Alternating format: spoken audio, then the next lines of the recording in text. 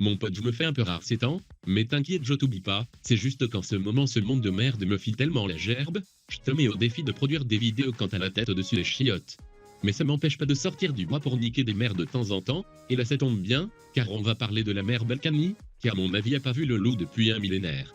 Là tu vois, je t'ai mis en arrière-plan un film de cul parce qu'on frôle l'indécence de si près que j'ai chopé une MST. C'est une sorte de métaphore si tu veux. Car vois-tu, aujourd'hui c'est le premier jour du procès du couple Balkany pour fraude fiscale et blanchiment de fraude fiscale, pour un montant qui avoisine une somme de 13 millions d'euros qu'ils auraient déjà jamais dû avoir. C'est pas mal, ils ont d'ailleurs des propriétés un peu partout dans le monde, même qu'il y a quasiment OKLM les adresses sur Wikipédia, alors que bon, les Balkany ça fait 30 ans qu'ils bossent plus, et sont censés être des élus de la République avec des revenus limités. Non, parce que quand on regarde Isabelle et Patrick Bordel, on n'a pas vraiment l'impression qu'il existe un plafond de revenus pour l'élu local. On a plutôt l'impression que ça permet au contraire de se gaver comme une dinde sur le dos du contribuable. C'est d'ailleurs pas la première affaire qui montre qu'Isabelle et Patrick se sentent relativement à l'aise avec les deniers publics. Pourtant tu vois, à la perspective d'un nouveau procès, Brigitte elle mouille carrément sa couche senior, et tous les journaux se sont empressés de relayer sa tentative de suicide, à laquelle je crois bien sûr très fort, et de citer les punchlines de sa fausse lettre d'adieu publiée sur Facebook. Cette lettre bordel. Hashtag je suis fatigué quoi, je crois que même une pute d'autoroute a davantage de fierté et aurait pas osé la faire celle-là. Mais il y en a un qui y croit et c'est son avocat, maître sûr, le mec qui doute de rien.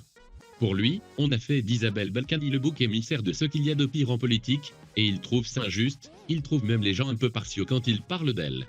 Maigre bouffon, accabler cette connasse d'Isabelle Balkany et son criminel de mari c'est presque du service public, et c'est en tout cas de la légitime défense.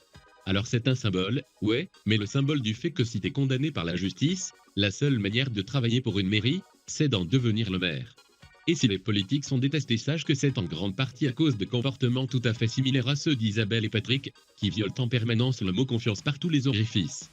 Ils sont donc moins le bouc émissaire de cette haine qu'à son origine.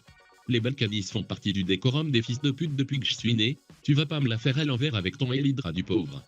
Je crois qu'il y a effectivement rien de pire que les Balkany dans leur domaine, et faut être un avocat de merde avec une sacrée mauvaise foi pour insulter la France entière en pleurant sur le sort d'Isabelle. Hashtag je suis fatigué Balkany. Mais Isabelle putain, ça tiendrait qu'à moi tu dormirais plus une seule minute durant les 10 prochaines années.